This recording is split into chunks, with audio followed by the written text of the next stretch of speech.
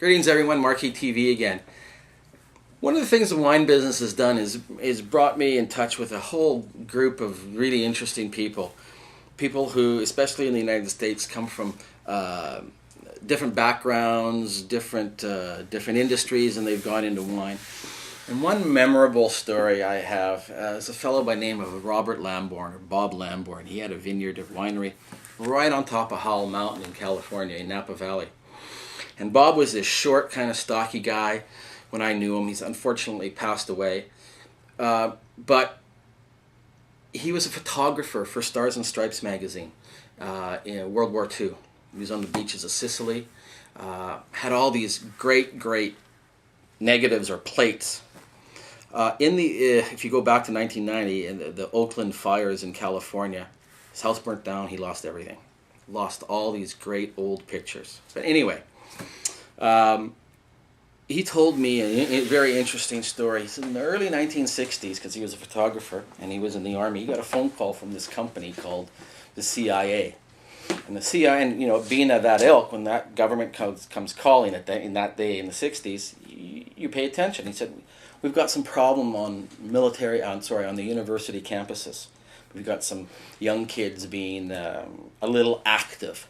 So he was hired to photograph these kids for the CIA. Anyway, he eventually became a private investigator, and he was the Hearst family's personal PI. And for those of you who are old enough to remember when Patty Hearst was kidnapped, his house was the safe house where Patty Hearst was dropped. Well, this is what he told me.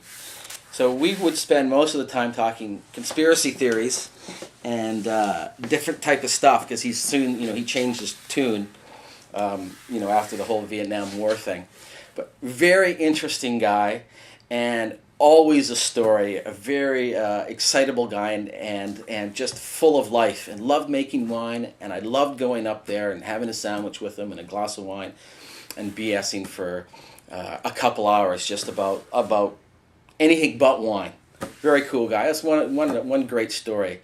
Another great story. I was sitting in a little restaurant in Beaune just recently, and I go there every year, and they have this communal table, and Lolo has put me for the last 3 years. There's Francois, who's this older gentleman, 75 or so.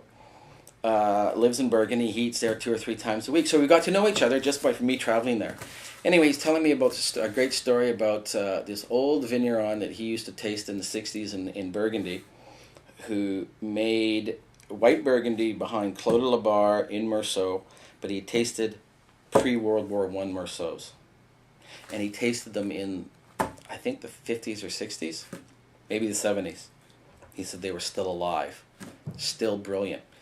Old school winemaking. And the interesting thing for those of you who are following white Burgundies, there's a big premature oxidization controversy happening, because a lot of these white Burgundies that are made today are oxidizing far too soon.